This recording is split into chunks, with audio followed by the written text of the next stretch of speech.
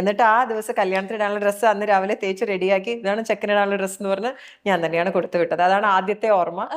പിന്നത്തെ ഓർമ്മ കല്യാണം കഴിഞ്ഞിട്ട് വേറെ മനോഹരമായിട്ടുള്ള ഒരു ഓർമ്മ പറയുകയാണെങ്കിലും, കല്യാണം കഴിഞ്ഞ എല്ലാവരും കാറിലൊക്കെ ഇങ്ങനെ ഭാര്യയും ഭർത്താവും പോകുന്ന ഒരു സംഭവം ഉണ്ടല്ലോ കല്യാണം. എന്റെ കല്യാണം കഴിഞ്ഞ് ഞാൻ ആദ്യമായിട്ട് കയറിയത് ഓട്ടോറിക്ഷയിലാണ്. എന്താ വെച്ചാല് പെരുമ്പാവൂർ വെച്ചിട്ടായിരുന്നു കല്യാണം.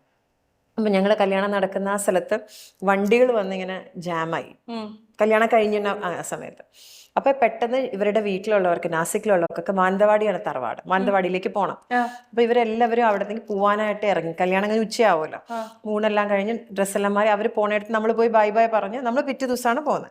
പോകുമ്പോൾ പോണ എല്ലാ കാറും എടുക്കാൻ പറ്റുന്നില്ല, ഒരു തരത്തിലും പുറത്തിറങ്ങാൻ പറ്റില്ല, അവർക്ക് പോവും വേണം. അപ്പൊ എന്റെ മൂത്ത ചേട്ടൻ പറഞ്ഞു, വേഞ്ചേട്ടൻ പറഞ്ഞു, മോളു കാറിലേക്ക് കയറും. അപ്പൊ കാർ അനങ്ങില്ല.